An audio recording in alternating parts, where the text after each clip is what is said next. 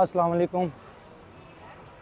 तौसीफ़ आपका दोस्त, आपका भाई वॉक एंड टॉक व्लॉग के साथ अज़रबैजान बाकू। और ये निज़ामी स्ट्रीट है।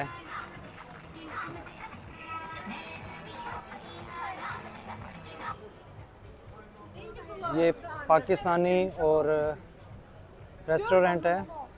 इंडियन सॉन्ग्स लगाकर इधर ये अपनी प्रमोशन कर रहे हैं। सही है।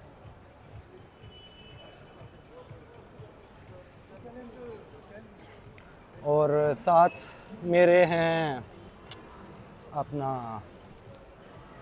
मोहसन भट्ट साहब गुजरांवाला से। ये मेरे साथ मुझे इधर ही मुलाकात हुई है जिस होटल पे मैंने स्टे किया था, और मेरे साथ वाला बेड इन्हीं का ही है। और इनसे भी माशाल्लाह फ़र्स्ट इनकी यानी कि जर्नी है और अकेले ही निकले। अपना जो मेन इनका मकसद था ट्रैवल हिस्ट्री अपने पासपोर्ट में बनाने की, तो खैर वो भी इनसे हम डिस्कस करेंगे कि क्या आखिर जहन में आ गया, अकेले निकले हैं और देश परदेश घूम रहे हैं। और बड़ी बात है जनाब, अकेला बंदा अपना ये पूरी जर्नी करता है कंप्लीट। बड़ी बात है कि अकेले में वो सारी चीज़ें कवर करता है, एक्सप्लोर करता है। तो बीच में थोड़ी सी अगर मेरी यानी कि ना वीडियो बनाने में अगर आए तो माजरत, अपनी तरफ से मैं पूरी कोशिश करूँगा इसको कवर करने में। तो ये हमारे भट्ट साहब हैं जी। भट्ट साहब कैसे हैं? ठीक ठाक, गुड, वेरी गुड।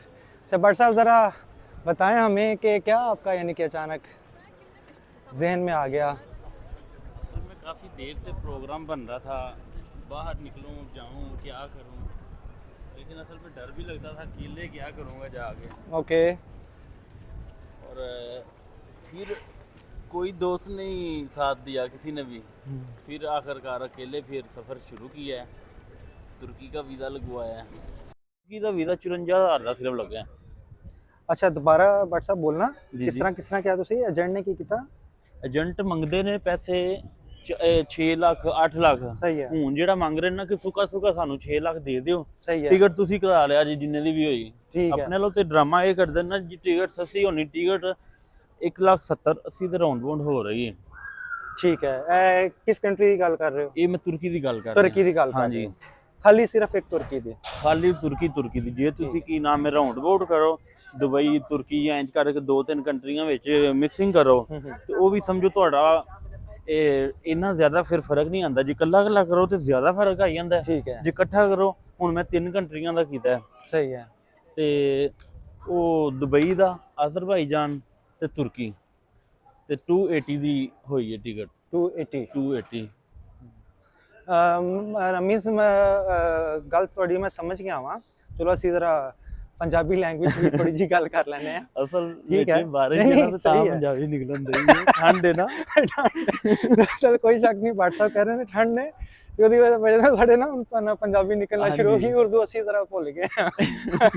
ਅੱਛਾ ਭੱਟ ਸਾਹਿਬ, ਇਹ ਵੀ ਗੱਲ ਤੁਹਾਡੀ ਬਿਲਕੁਲ ਠੀਕ ਯਾਨੀ ਕਿ ਤੁਸੀਂ ਕੀਤੀ ਹੈ। ਅਗਰ ਯਾਨੀ ਕਿ ਨਾ ਜਿਸਨੇ ਆਪਣਾ ਇੱਕ ਟਿਕਟ ਤੇ ਕੋਈ 3-4 ਕੰਟਰੀਆਂ ਦਾ ਮਜ਼ਾ ਲੈਣਾ ਹੈ, ਹਾਂਜੀ ਠੀਕ ਹੈ, ਉਹ ਇਸ ਤਰ੍ਹਾਂ ਕਰੇ ਕਿ ਬਿਲਕੁਲ। ਦੁਬਈ ਤੋਂ ਬਾਅਦ ਅਜ਼ਰਬਾਈਜਾਨ ਜਾਂ ਟਰਕੀ, ਹਾਂਜੀ ਯਾਨੀ ਕਿ 3 ਕੰਟਰੀਆਂ, ਇੱਕ ਨਾਲ ਕੋਈ ਹੋਰ ਐਡ ਕਰ ਲੇ ਐਡੀਸ਼ਨਲ। ਨਹੀਂ, ਇੱਕ ਵਕਤ 3 ਜਿਹੜੀਆਂ ਨਾ ਉਹ ਵੀ ਬਿਹਤਰੀਨ ਨੇ। ਸਹੀ ਹੈ। ਹੁਣ ਮੈਂ 3 ਦਾ ਹਿਸਾਬ ਲਵਾਇਆ ਸੀ। ਮੇਰਾ ਉਹਨਾਂ ਵਿੱਚ ਧੱਕੇ ਨਾਲ ਸਟੇ ਪਾਤਾ ਜਾਂਦੀ ਵਾਰ ਦਾ ਦੁਬਈ ਦਾ, ਫਲਾਈ ਦੁਬਈ ਕਰਾਈ ਸੀ। ਠੀਕ ਹੈ, ਠੀਕ ਹੈ। ਉਹ 6 ਘੰਟੇ ਸਟੇ ਸੀ। ਸਹੀ ਹੈ, ਮੈਂ ਆਪਣੇ ਵਕੀਲ ਨੂੰ ਆਖਿਆ, ਮੈਂ ਕਿਹਾ ਫਿਰ ਦੁਬਾਰਾ ਵੀਜ਼ਾ ਅਪਲਾਈ ਕਰ ਮੇਰਾ 96 ਘੰਟੇ ਦਾ। ਉਹਨੇ ਮੈਨੂੰ ਫਿਰ ਲਿਆ ਦਿੱਤਾ। ਜ਼ਬਰਦਸਤ। ਯਾਨੀ ਕਿ ਮੈਂ ਜਾਂਦੀ ਵਾਰੀ ਜਿਹੜੇ 6 ਘੰਟੇ ਨੇ ਨਾ, ਜੀ ਜੀ, ਉਹਨਾਂ ਚ 3 ਘੰਟੇ ਮੈਂ ਇਨ ਆਊਟ ਫਿਰ ਹੋ ਜਾਣਾ ਬਾਹਰ। ਯਾਨੀ ਕਿ ਮੇਰੇ 4 ਮੁਲਕ ਹੋ ਜਾਣੇ ਨੇ। ਠੀਕ ਠੀਕ। 280 ਦੇ ਵਿੱਚ ਮੇਰੇ 4 ਮੁਲਕ, ਉਂਝ 3 ਮੁਲਕ ਸਨ।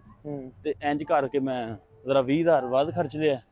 लेकिन ਉਹਦੇ ਨਾਲ ਇਹ ਫਾਇਦਾ ਹੋ ਗਿਆ, ਮੇਰੀ ਉਹ ਟਿਕਟ ਭੱਜ ਗਈ ਜਿਹੜੀ ਵਾਪਸੀ, ਫਿਰ ਮੈਂ ਦੁਬਾਰਾ ਡਬਲ ਆਣਾ। ਸਹੀ। ਹਾਂ ਬਿਲਕੁਲ ਭੱਟ ਸਾਹਿਬ ਦੀ ਗੱਲ ਬਿਲਕੁਲ ਠੀਕ ਹੈ ਕਿ ਇਸ ਤਰ੍ਹਾਂ ਤੁਸੀਂ ਆਪਣੇ ਕਾਫੀ ਪੈਸੇ ਬਚਾ ਸਕਦੇ ਹੋ।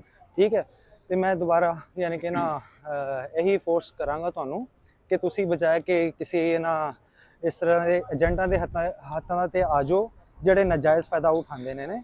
ਉਸ ਤੋਂ ਬਿਹਤਰ ਹੈ ਕਿ ਥੋੜੀ ਜਿਹੀ ਤਕਲੀਫ ਆਪ ਲੈ ਲਓ ठीक है, तो अपनी बचत भी करो, हाँ ਤੇ जी। ਅਵੇਅਰਨੈਸ ਆਟੋਮੈਟਿਕਲੀ ਤੁਹਾਡੀ ਆ ਜਾਣੀ। ਜਦੋਂ ਇੱਕ ਤੁਸੀਂ ਵੀਜ਼ਾ ਲਵਾ ਲੈਣਾ ਨਾ, ਫਿਰ ਤੁਹਾਨੂੰ ਇੰਨਾ ਕੁ ਹੋ ਜਾਣਾ ਹੈ ਕਿ ਤੁਸੀਂ ਅੱਗੋਂ ਹਲਾਸ਼ੇਰੀ ਹੋ ਜਾਣੀ ਹੈ, ਯਾਰ ਕੋਈ ਨਹੀਂ ਗੱਲ ਵੇਖੀ ਜੇਗੀ ਜੋ ਹੋਵੇਗਾ। ਉਹਨਾਂ ਕਿਹੜਾ ਕੋਈ ਕੀ ਨਾਮ ਹੈ ਬੰਦੇ ਨੂੰ ਭਾਲ ਲੈਣਾ ਹੁੰਦਾ, ਇੱਕ ਵੀਜ਼ਾ ਲਵਾਉਣ ਆਇਆ ਤੇ ਇਹਨੂੰ ਭਾਲ ਹੋ ਭਾਈ। ਜੀ ਬਿਲਕੁਲ ਸਹੀ। ਮੈਂ ਤੁਰਕੀ ਜਦੋਂ ਐਂਟਰੀ ਕੀਤੀ ਹੈ ਨਾ, ਮੈਂ ਪਾਸਪੋਰਟ ਫੜਾਇਆ ਤੇ ਮੇਰੇ ਮੂੰਹ ਵੱਲੋਂ ਵੇਖਣ ਲੱਗ ਪਿਆ। ਮੈਂ ਉਹਨੂੰ ਇਸ਼ਾਰੇ ਨਾਲ ਪੈਣਾ ਕੀ ਗੱਲ ਹੈ, ਅੱਛਾ ਇੰਜ ਪਿਆ ਕਰਦਾ। ਮੈਂ ਕਿਹਾ ਭਾਵੇਂ ਮੈਨੂੰ ਡਿਪੋਰਟ ਕਰ ਦੇਵੇ ਹਲਾਂਗਾ। ਮੈਂ ਫਿਰ ਉਹਨੂੰ ਟਿਕਟ ਵਿਖਾਈ ਹੈ, ਮੈਂ ਕਿਹਾ ਮੈਂ ਅੱਗੇ ਜਾਣਾ ਅਜ਼ਰਬਾਈਜਾਨ। ਠੀਕ ਹੈ, ਉਹ ਫੋਨ ਤੇ ਪਤਾ ਨਹੀਂ ਖਿੱਚਮਿਚ ਕਿਹਦੇ ਨਾਲ ਕੀਤੀ ਤੂੰ। ਸਹੀ ਹੈ, ਉਹ ਭਾਜੀ ਮੋਹਰ ਲਾ ਕੇ ਮੈਨੂੰ ਆਂਦਾ ਠੀਕ ਜਾਓ ਤੁਸੀਂ।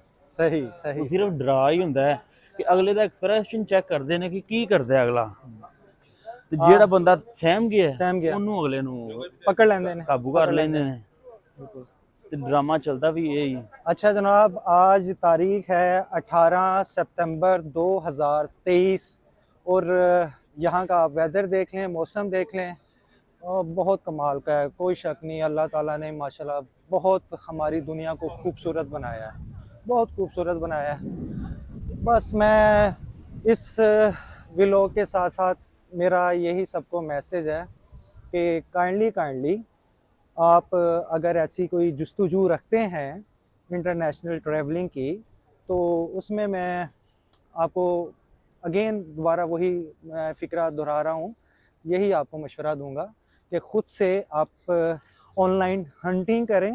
ठीक है, ऑनलाइन का ज़माना है, बहुत कुछ मिलता है, बहुत कुछ मिलता है। और ये तो आज का जो व्लॉग था अभी का, वो भट्ट साहब के साथ हमने काफ़ी कवर किया है।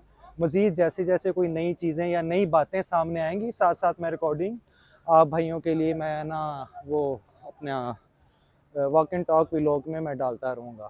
ठीक है जी, और इंशाल्लाह फिर दोबारा मुलाकात होगी जी। अल्लाह हाफिज़।